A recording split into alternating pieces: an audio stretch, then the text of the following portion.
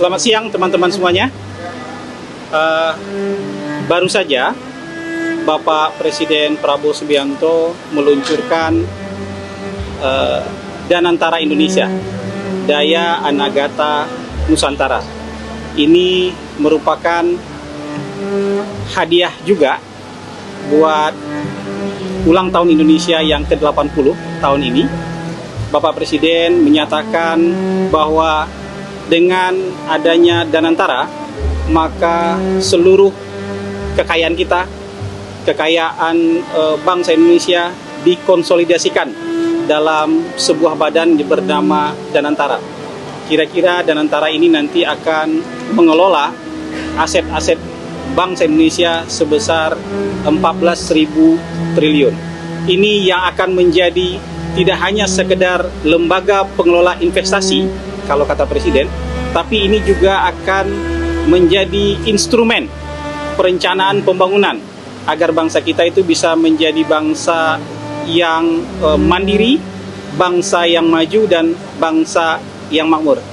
Teman-teman sekalian, ini sebenarnya adalah ikhtiar dari pemerintah kita untuk menyelesaikan paradoks Indonesia. Paradoks Indonesia seperti yang dituliskan oleh Bapak Prabowo dalam buku beliau, bangsa kita bangsa yang kaya. Nggak bisa didebat lagi itu bangsa kita bangsa yang kaya. Tapi kan harusnya bangsa kita makmur. Kenyataannya sampai usia 80 tahun bangsa Indonesia berdiri, masih ada masyarakat yang miskin, masih ada masyarakat yang belum bisa makan, masih ada masyarakat yang tertinggal. Ya, ini semua harus segera kita selesaikan. Jadi paradoks Indonesia harus segera diselesaikan. Tidak lagi paradoks, bangsa yang kaya dengan sumber daya alam juga harus bisa makmur, juga harus berhak untuk menjadi negara maju dan negara yang kaya. Itu sebabnya Daya Anagata Nusantara ini nanti akan membiayai sendiri 20 proyek strategis. Ya, ada yang disebutkan oleh Pak Presiden tadi untuk hilirisasi nikel, hilirisasi kobalt, untuk kecerdasan buatan, untuk pembangunan kilang-kilang minyak, dan banyak lain sebagainya. Ini yang akan menopang bangsa kita untuk segera melompat menjadi negara maju dengan pertumbuhan ekonomi 8%.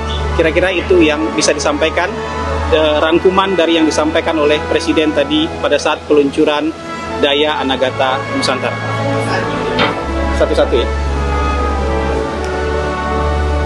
Nanti Danantara akan dipimpin oleh Bapak Roslani. Nanti akan dibantu oleh Bapak Pandu Syahrir. Akan dibantu juga oleh Bapak Doni Oskaria.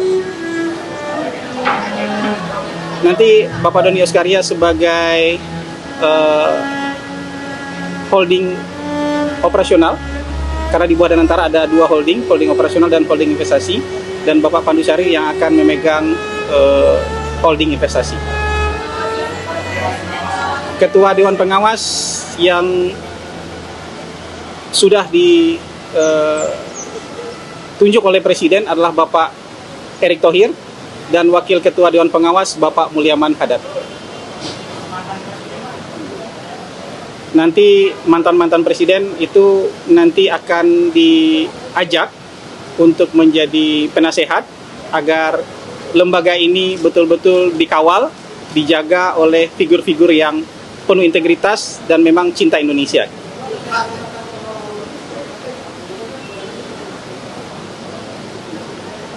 Ini Presiden sudah mencanangkan beliau akan memerangi korupsi, beliau akan menjalankan pemerintahan yang bersih, dan Danantara juga akan dikelola dengan cara yang sama.